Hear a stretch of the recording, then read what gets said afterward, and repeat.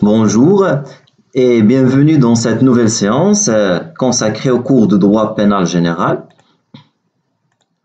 Après avoir présenté dans les séances précédentes les deux premiers éléments constitutifs de l'infraction, à savoir l'élément légal et l'élément matériel, on va présenter au cours de cette séance le troisième élément constitutif de l'infraction, qui est l'élément intentionnel ou bien l'élément moral. La participation matérielle, même la relation de causalité, en matière de crime ne s'effuse pas à la culpabilité. Il faut une intention coupable dont l'origine est la conscience et la connaissance de réaliser l'infraction. Qualifiée d'intellectuelle, psychologique ou morale par la doctrine, elle est l'attitude psychologique répréhensible moralement et socialement. Le droit pénal s'adresse à des êtres libres dont il punit les fautes. En principe, il n'est donc pas possible d'être condamné pour quelque chose qu'on n'a pas voulu. Et d'ailleurs, l'article 133 du Code pénal énonce en effet qu'il n'y a point de crime ou de délit sans intention de le commettre, à l'exception de la mise en danger délibérée d'autrui et de l'infraction d'imprudence. Pour comprendre l'élément intentionnel, il convient d'étudier la distinction entre les fautes intentionnelles et les fautes non intentionnelles. Pour ce qui est des fautes intentionnelles, la faute intentionnelle peut être définie comme la volonté de commettre un acte que l'on sait interdit ou comme l'intention de violer la loi pénale. Étymologiquement, c'est la volonté renforcée de commettre une infraction pénale. Le délinquant est non seulement conscient de l'illégalité de son acte, mais cherche et veut son résultat. Seulement, cette faute intentionnelle peut se présenter soit sous forme d'une volonté criminelle générale, ce qu'on appelle le dol général, soit sous forme d'une intention précise qu'on qualifie de dol spécial. La doctrine désigne la faute intentionnelle sous l'expression dol criminel, ou plus simplement de dol. Pour ce qui est du dol général, c'est l'élément commun ou le dénominateur commun à toutes les infractions intentionnelles. Elle est la volonté consciente de commettre le délit tel que la loi le prévoit. Cette volonté et cette conscience se retrouvent dans toutes les infractions intentionnelles et suffisent à les caractériser. Sur le plan textuel, le législateur emploie des expressions spécifiques pour démontrer la notion du dol. Exemple, sciemment, volontairement, intentionnellement, délibérément, avec conscience, avec connaissance. Ce sont toutes des expressions qui sont utilisées pour démontrer, pour déduire la notion du dol. Par ailleurs, le dol général ne peut exister en l'absence d'une infraction intentionnelle. Exemple, n'est pas coupable de vol celui qui se croit à tort propriétaire de la chose dont il s'est emparé. Dans ce cas, cette personne doit réussir à démontrer sa bonne foi.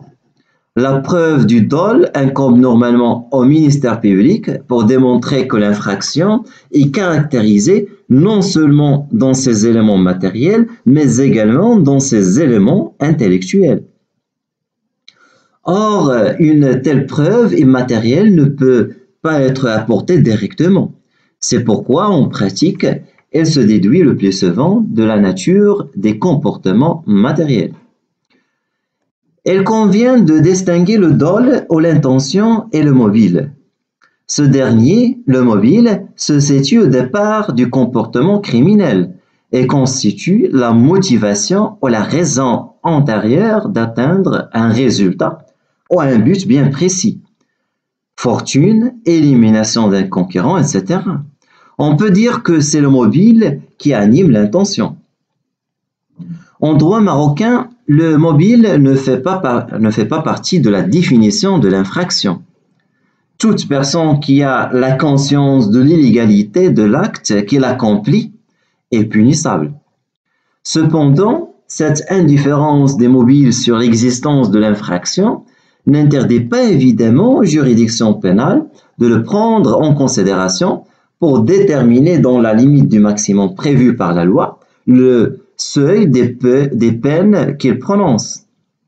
Le délinquant guidé par des mobiles élevés bénéficiera souvent de l'indulgence du juge, tandis que celui qui est animé par des mobiles crapuleux ou méprisables sera plus sévèrement sanctionné.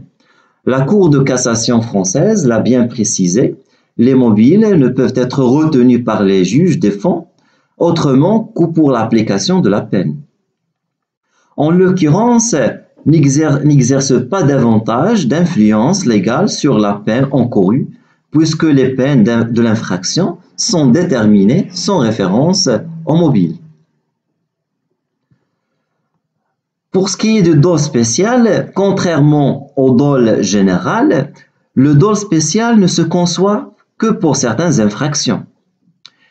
Elle est une intention précise exigée dans certaines infractions comme élément constitutif et dont le résultat déterminé commande très souvent la qualification pénale.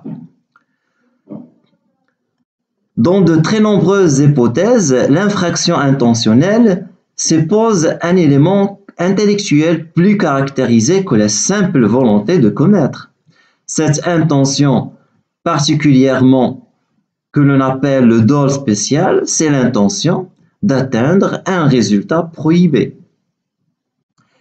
Et l'on est ainsi de l'intention de tuer dans l'homicide volontaire. Il ne suffit pas d'avoir voulu faire mal à la victime et que celle-ci soit effectivement morte.